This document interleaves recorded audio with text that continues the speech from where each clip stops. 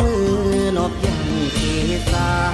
ฟูงถ้วยคาน้อมบาสาธุการรัตนังไตแก้วศาสนาหมายบูชาบุญญาโพธิญาณบารมีเผยแผ่ไพศาลลำลืนสุอันโลกลุ่มโลกาอาราธนานามัสการสักการะจิตกายวาจาขาบขมาการนี้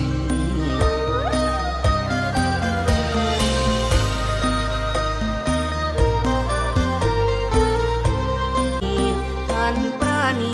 มั่งมีเมตตาอุบาไกได้ดำรงศาสนาองค์พระสัมมาสัมพุทธภโคดมพวงประชาพากันชื่นชมท่านพดุงสังคมล้วนวิวัฒน์พัฒนาเทวดาปลูกปั้นคุณแปลงวิ่งลำแงงตกแต่งวัดวาท่านเป่า